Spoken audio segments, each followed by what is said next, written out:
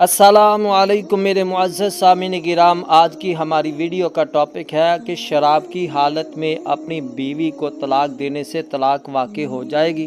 قرآن و حدیث اس کے بارے میں کیا درس دیتے ہیں؟ ویڈیو بہت اہمیت کی حامل ہے، اس لیے اس کو مکمل ضرور دیکھنا۔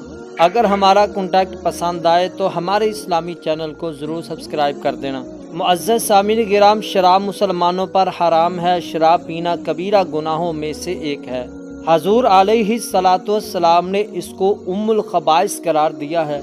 شراب پینے والے کی نماز قبول نہیں ہوتی۔ افسوس، آج ہمارے معاشرے میں اس کو سرے عام پیا جا رہا ہے۔